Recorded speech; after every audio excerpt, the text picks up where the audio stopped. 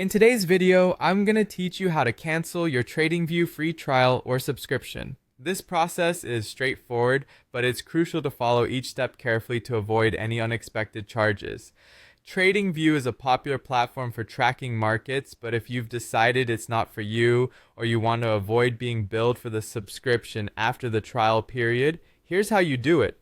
First, you'll want to head over to the TradingView website. You can do this by typing tradingview.com into your browser and hitting enter. Once you're on the home page, log into your account using your usual credentials. Navigating to your account settings is the next step.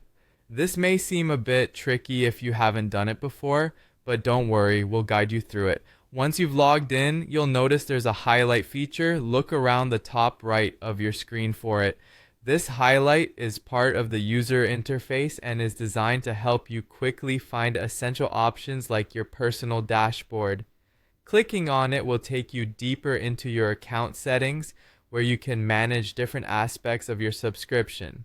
Now that you're in the settings area, you should see a menu on the left-hand side with different options. What you need to do next is click on Billing. This section contains all the information related to your payments, including your subscription details, payment methods, and billing history. It's where you manage the financial aspect of your TradingView account. Moving on, after you've accessed the billing section, you'll see subscriptions as an option. Go ahead and click on it. It's in this subscriptions area where you can view all the active services you have with TradingView. Whether you're on a free trial or a paid plan, this section lists out precisely what you're subscribed to. If you do have an active subscription, whether a trial or a paid plan, you should see a cancel subscription option. It's usually quite prominent and easy to spot. Clicking this will initiate the cancellation process.